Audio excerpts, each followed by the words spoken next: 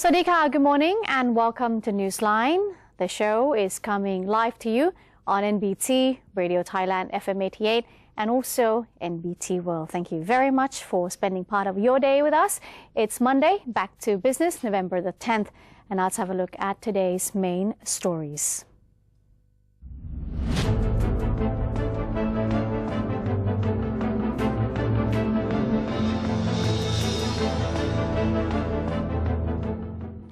The Prime Minister of Thailand and the President of China have held a bilateral meeting on trade and investment cooperation as well as the railroad construction project. Prime Minister Prayut Chan-o-cha and President Xi Jinping have held a bilateral meeting during the Asia-Pacific Economic Cooperation or APEC summit in Beijing, China. According to the Prime Minister's office spokesperson, Captain Yongyut Mayalap, President Xi has extended his best wishes to His Majesty the King of Thailand in the meeting with the Thai Prime Minister. He said that the Thai leader has praised the relations between Thailand and China as seen from the visits between both countries, especially from the royal family members of Thailand. Thai Prime Minister said that 2015 is a very special year, that Thailand and China will celebrate their 40th anniversary of the relations, and Her Royal Highness Princess Mahachakri Sirinthorn will celebrate her 60th birthday. To celebrate this occasion, both countries will gear up on development projects such as the R3A road connectivity from Kunming to Bangkok, the Thai railroad development to Thailand's border to be connected with Laos, and the dual-track railroad project.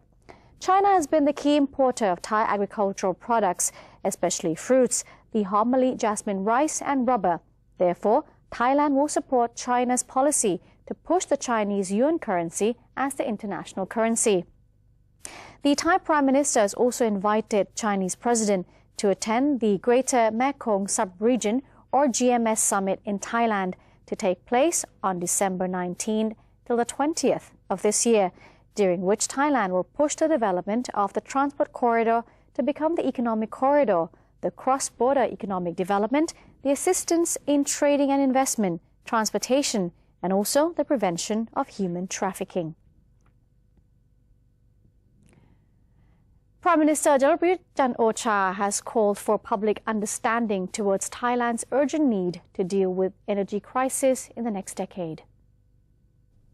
Speaking in his weekly television program Return Happiness to the People, General Prayut explained why Thailand must allow investment in energy exploration. As an agricultural country where most population remain poor, the Prime Minister said Thailand needs to import 1.4 trillion baht worth of energy annually, which is nearly half of its annual budget. Besides, energy subsidies imposed since the previous governments have become a burden to the budget. Thus, it is nearly impossible to satisfy the whole energy consumption without a dramatic increase in energy price, resulting in much higher living expense, according to the Prime Minister. Moreover, the imported natural gas has been supplied to different kinds of industries, some of which have deviated from the original import purposes. Therefore, the Prime Minister has assigned related ministries to jointly draw up a comprehensive energy plan, which will give equal importance to all renewable energy, such as wind, solar, and biomass. General Prayut also reaffirmed an urgent need for petroleum and natural gas exploration before the existing sources of energy become exhausted in the next decade. He warned that energy explorations need years to prepare, both for technical procedures and equipment, as well as a possible waste of time when drillers find nothing underground. He stressed that a future shortage of energy is a matter that every Thai citizen has to take responsibility. Instead of scaring investors away, General Prayut said people should help look for prospective companies to vie for Thailand's projects. He vowed not to allow any corruption or collusion to happen in the exploration bidding. As for the LPG prices, Prime Minister Prayut Chan-o-cha told the public to brace for higher living costs as a result of the rise in LPG price.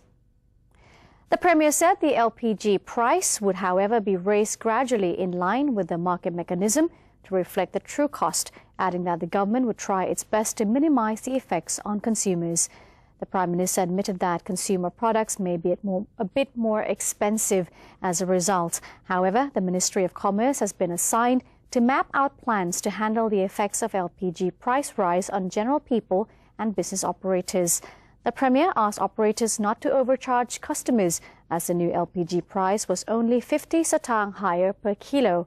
He suggested that those involved in trading, including middlemen, should learn to accept lower profits so that the public would be least affected.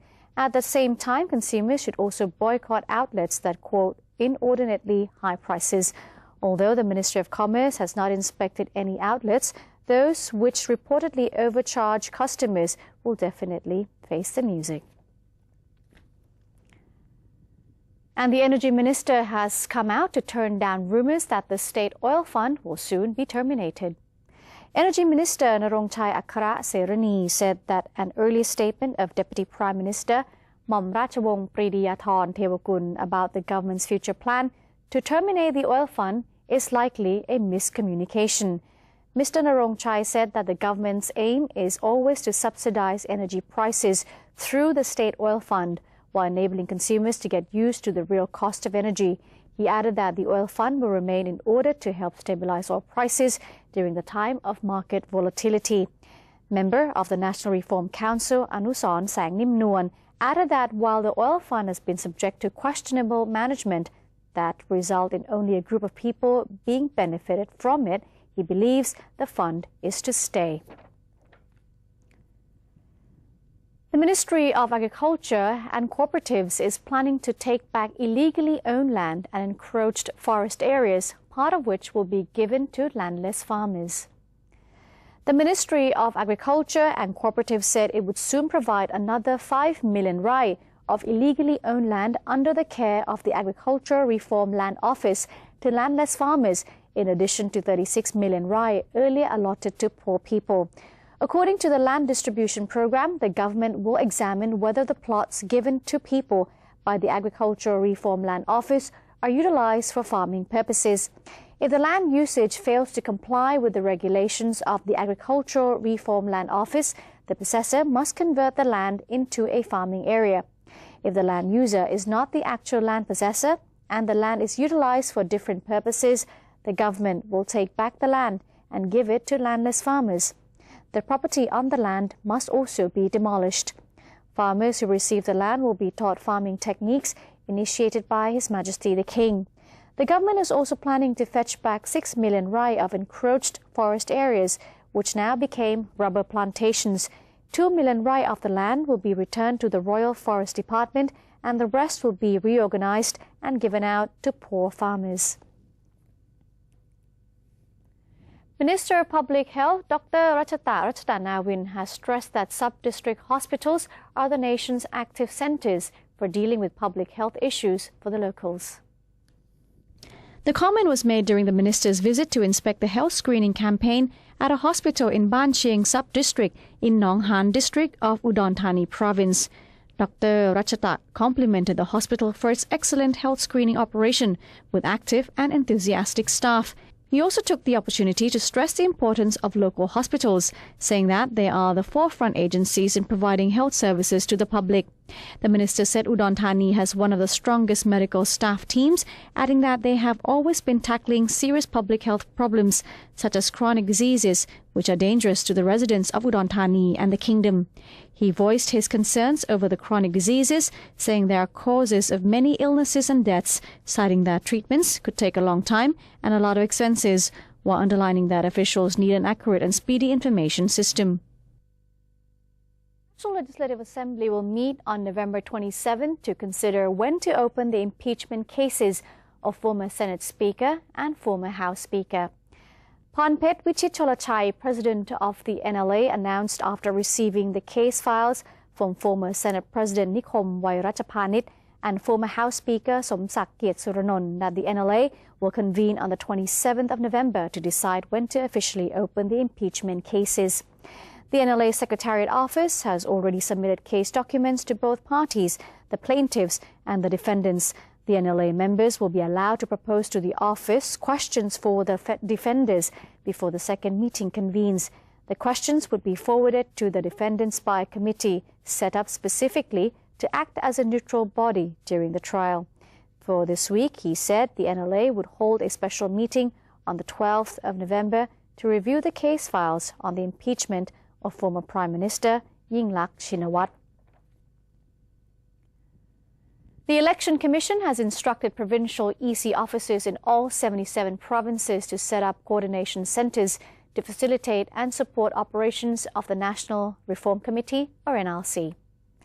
EC Secretary-General Putchong Nutrawong said he had tasked provincial election directors nationwide to prepare to provide administrative support for the NRC.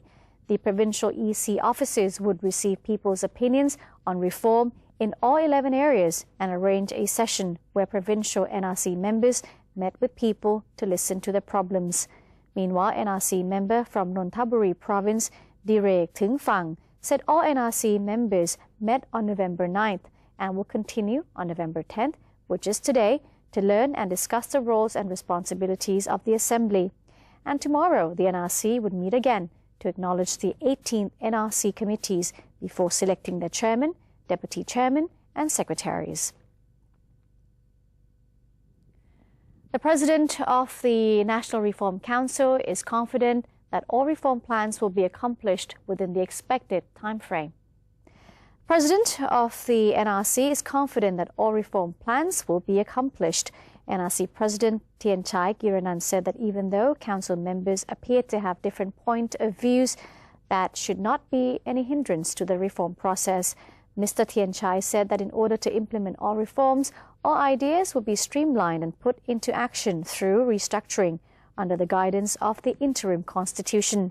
He is confident that the NRC will accomplish its reform mission within 1 year after he has seen the spirit of collaboration amongst all fellow members. The NRC president went on to say that the public is also a key element to achieve the goals of reforms, so the council has set up a committee to collect information from people on the streets to be an input into the reform process. A recent poll by Suan Dusit Rajpath University found that social equality and honesty were the most needed qualities Thai people expect from the new Constitution Drafting Committee members, or CDC members. According to the survey, the respondents deem honesty and social dedication to be the must-have qualities of the new CDC members, with nearly 80% in votes. Social equality is most expected from the outcome of the newly drafted charter, with 69%. The 80% of the respondents also felt that the importance of the democratic system with the king as head of state should be emphasized in the new constitution's content. Almost 43% of them were quite hopeful that the CDC members would bring good changes to the country because of their qualifications. However, 46% believe the CDC members may not finish their duties in time due to the time-consuming government process. As high as 82% of the respondents support the idea of holding a referendum first so that people can exercise their rights. The survey was conducted during November 4th to 8th and covered nearly 1,300 people countrywide. The Meteorological Department has warned 10 southern provinces on the coast of the Gulf of Thailand and the Andaman Sea of heavy rains and strong winds during this period of time. Cool weather is forecast in the northern region. The department issued the 11th announcement saying a strong low-pressure system in the middle part of southern region is moving to the Andaman Sea, resulting in heavy rains and strong winds from November 9 till the 10th. The Gulf of Thailand will have 2 to 4 meters high waves, so people in the provinces of Surat Thani, Nakhon Si Thammarat, Pathalung, Songkhla, Ranong, Phang-nga, Phuket, Krabi, Trang, and Satun are warned of dangers caused by the weather conditions. Small boats are advised to keep ashore. From the 9 till 12 November, another moderately strong high-pressure system is expected to pass through the upper part of Thailand. It will cause thunderstorms and then cool weather in the morning, with 2 to 3 degrees Celsius drop in temperature. The northeastern monsoon at the Gulf of Thailand and the southern region are expected to become stronger as well. In Ranong, police and military officials have arrested 299 Rohingyas for illegal entry. The officials also confiscated a modified fishing vessel used in the human trafficking operation. Ranong police told the media that a joint operation to round up the alleged illegal migrants with the military has been conducted after they had received reports that a boat containing 299 Rohingyas was found washed ashore on a beach in Kotnok of Sukran district. The officials said that the lot of stowaways contained 23 female, 13 children, and 263 men, adding that all of them have been detained for questioning. Authorities are currently running background checks with the province's Keeper District Office while looking to bring punishment to responsible parties. And that's it for Thailand Moves Forward.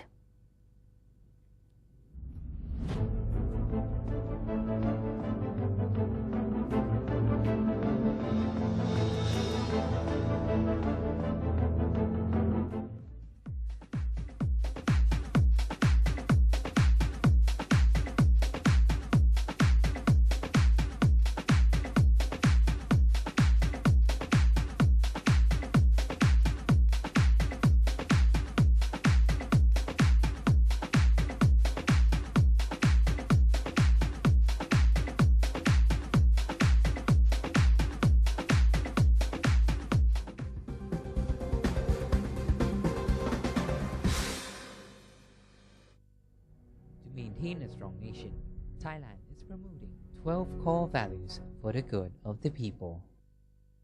The 8th core value: maintaining discipline and respectfulness of the law and the elderly.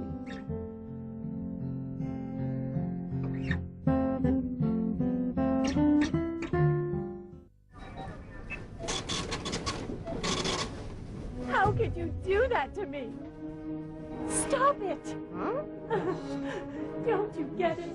I don't need you anymore. Enough! We're through. There's someone else in my life. Say no to the past. Bring your own bag. Say no to plastic. Hit the beach, see local sight, and soak in the spirit of the 4th Asian Beach Games in Phuket. From the 14th to 23rd of November, be a part of this exciting short scene. Watch and cheer as the region's top athletes battle to be the best in 26 beach sports and help extend true Thai hospitality to the 4th Asian Beach Games. Hosted by the Ministry of Tourism and Sport.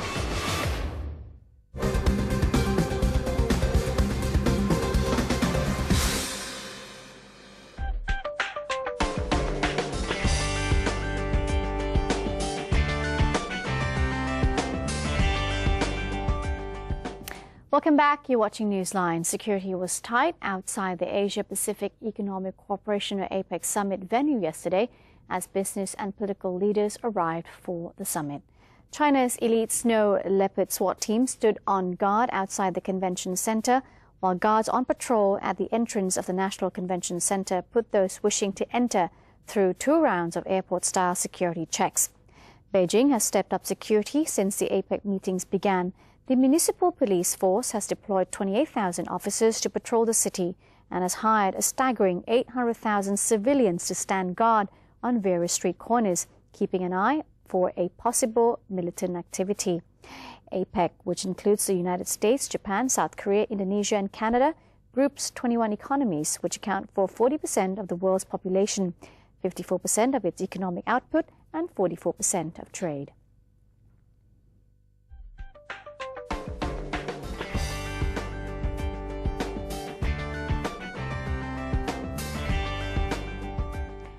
Hong Kong Chief Executive C.Y. Leung said that Beijing supported Hong Kong's efforts in dealing with Occupy Central after he met with Chinese President Xi Jinping for talks.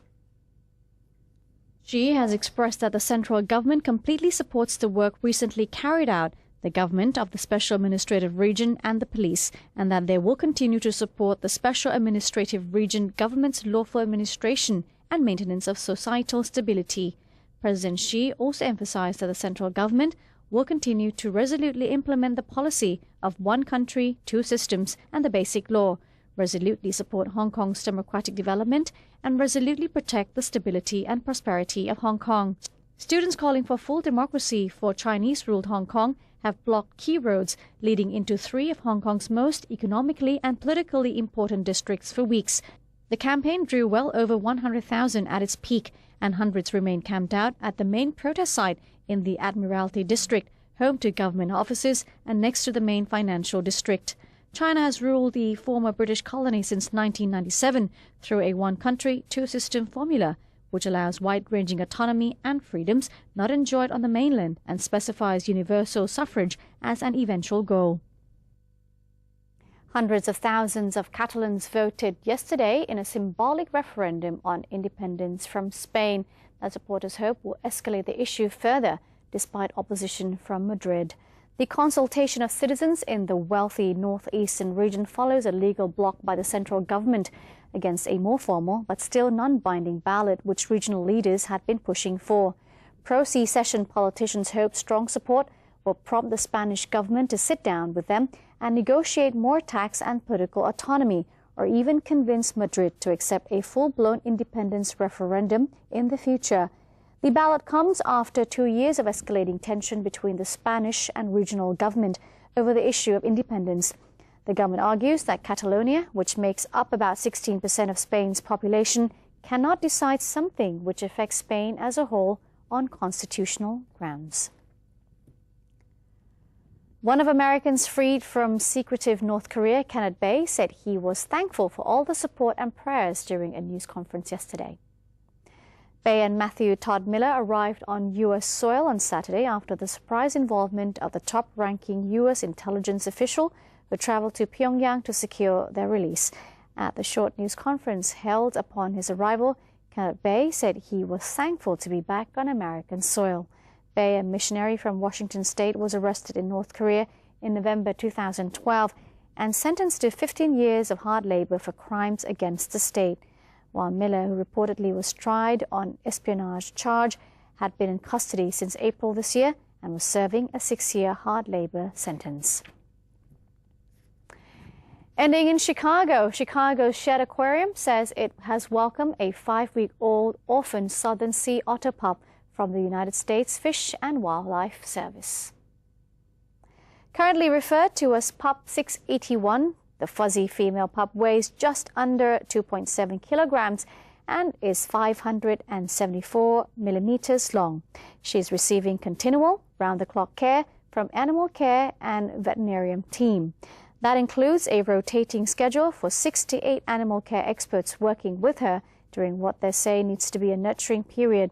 So she will remain behind the scenes in the Regenstein Sea Otter Nursery as she learns grooming, foraging, and feeding skills and how to regulate her own body temperature by getting in and out of water.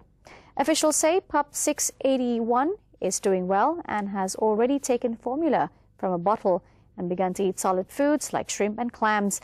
Officials say when they found the animal, she had likely been separated from her mother for at least 16 hours, creating a critical situation requiring her to be fed as quickly as possible.